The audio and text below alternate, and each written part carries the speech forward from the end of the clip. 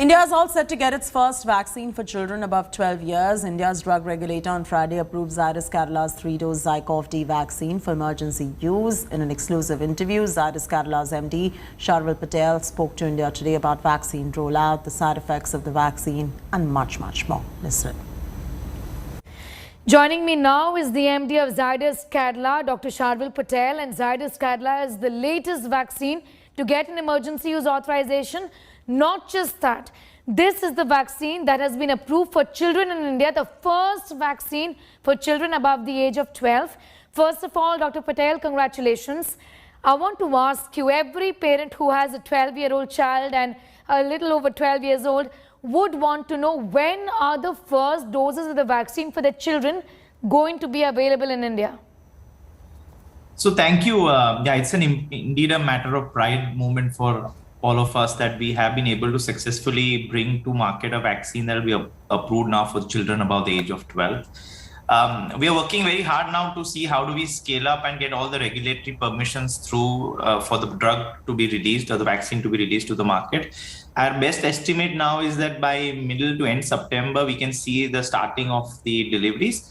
And by middle to late October, we would see a larger scale up of the vaccine rollout. So the inoculations essentially will be starting by October for children? If everything goes well, by middle to end September, but yeah, largely in larger quantities by middle October. You know, also, what are the future plans? You've also been asked by the regulators to give some more data on the 2-dose vaccine regime. Just tell us a little more about what next as far as the 2-dose vaccine is concerned. How is it different from the 3-dose?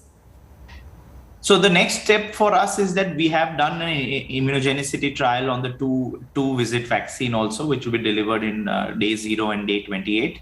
And we have seen comparable, but also sometimes significantly better immunogenicity. So we are in discussions with the regulators and the SEC to see how do we move forward in the future with creating a 2-dose regimen also.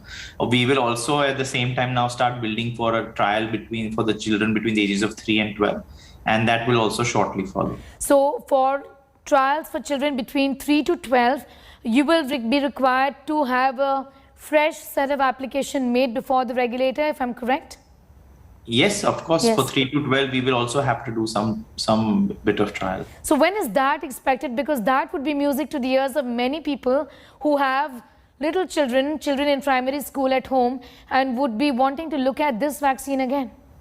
Yes, so I think the whole vaccine development journey starts in that way, that you try it on adults, then the age groups of adolescents, and then you move to children. As we have just completed the safety and efficacy on this, we will now file for the trial permission for the children younger than that also in the next maybe 7 to 10 days. What can people expect? Because a lot of people are asking now, this is a DNA vaccine at the end of the day. Will the side effects be any different from, say, what is being induced by a Covishield or a Covaxin or a Sputnik V? So these, as you said, it's a first DNA vaccine. It's in the whole overall class of vaccines, is the recombinant vaccine. If you see today, there are 2 recombinant vaccines, the Moderna and the Pfizer one, which are mRNA based.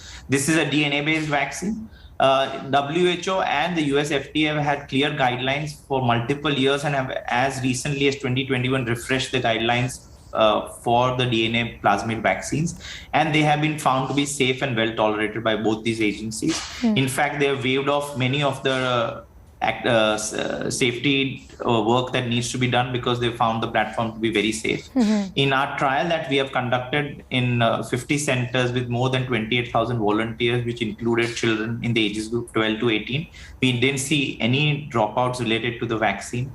Related to severe side effects, related to mortality or seriousness, we have not seen any related to the vaccine arm. With respect to any mild side effects, there was no difference between the placebo and the vaccine arm when it came to mild side effects also. And this, as I said, has been done in a very large number of 28,000 volunteers without any dropout. So this bodes well for the vaccine, that it's a safe and efficacious vaccine. And that's how the regulators have approved it. Also, I want to ask you, the thing is that right now even mRNA vaccines have reduced efficacy against the Delta variant, which is the most predominant variant in the world right now. What is the efficacy that this vaccine is showing against this particular variant? And you did do the trials at the peak of the second wave. So there is hope that this factor would have been included as well, isn't it?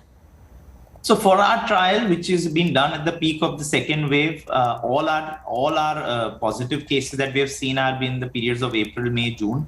And we have done a sero surveillance of all the majority of these positive cases, and all of them have been found to be Delta variant.